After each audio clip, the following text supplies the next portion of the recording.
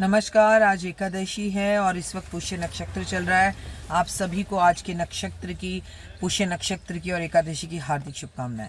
एकादशी पर भगवान विष्णु की पूजा की जाती है, लेकिन आज बुधवार का दिन है और आमलिका एकादशी से बोलते हैं। पुष्य नक्षत्र के साथ अगर आप पेड़ पौधों के साथ रंग खेलें, अगर आप पार्वती माँ को श्रृंगार का सामान अर्पण करें, महादेव पर दूध, दही, शहद, घी, चीनी अर्पण करें, तो आपका जीवन बहुत खूबसूरत हो सकता है। एक बहुत खूबसूरत सी कहानी आपको सुनाती हूँ।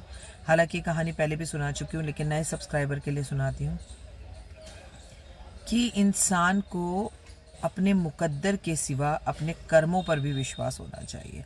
और जो केवल मुकद्दर पर विश्वास करते हैं उनको कर्म नहीं करते, कर्म करने ही पड़ते हैं, और कर्म नहीं करते तो जो वो चाहते हैं वो उन्हें 100% नहीं मिलता।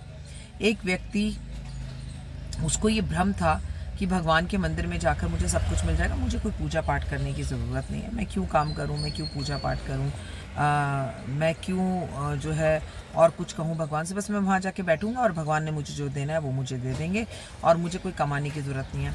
बाहर बैठ जाता मंदिर में जाकर और बस कहता भगवान को सब पता है, वो मुझे क्या देना है क्या नहीं देना वो मुझे अपने आप दे देंगे।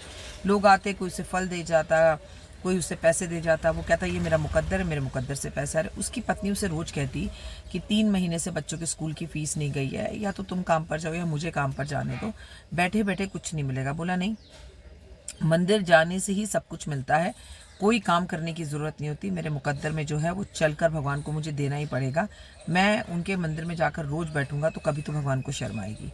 पार्वती माँ ने कहा आप ये जो मांगता है उसे क्यों नहीं देते? तो शिव ने कहा ये तो गलत है, कर्म के बिना तो तुम्हें भी मैं कुछ नहीं दे सकता। तुमने भी मुझे पाने के लिए बहुत तपस्या की। ये सिर्फ मंदिर में आके बैठ जाता है और ये सोचता है कि मंदिर में आके बैठ जाने से ही मैं इसको सब कुछ दे दूंगा, लेकिन ये कोई कर्म नहीं करता। इसे कर्म तो करने पड़ेंगे। और अगर तुम यकीन मानती हो कि ये सोचता है बिना मेहनत करे सिर्फ मंदिर में आकर इसे कुछ मिल जाएगा, तो मैं प्रत्यक्ष प्रमाण देता हूँ। तो वो मंदिर की परिक्रमा करता था रोज। भगवान ने वहाँ पर एक कलश भर के रख दिया सोने के सिक्कों का, पार्वती माँ को दिखाने के लिए। उसने सोचा मैं रोज परिक्रमा करता हूँ पर भगवान तो मुझे कोई जादू से खजाना देते ही नहीं, आज मैं आँख बंद करके परिक्रमा करता हूँ। तो उसके सामने खजाना रख दिया तो भगवान, उसने आंखें बंद की, वो चल दिया। पार्वती माँ ने कहा नहीं, इसे एक मौका और दो। शिव ने कहा ठीक है, मैं खुद जाके मौका देता हूँ। शिव जो है एक इंसान का रूप लेकर आए और कलश रखा हुआ था, उसने आंखें बंद कर रखी थी। उसने, शिव ने जाकर कहा इंसान के रूप में पीछे मुड़कर देखो। कह रहा है हम एक बार जब आगे निकल जाते हैं तो पीछे मुड़कर नहीं देखते। और उसको वो कलश नहीं मिला, वो कलश वहाँ से जादू से गायब हो गया, शिव चले गए।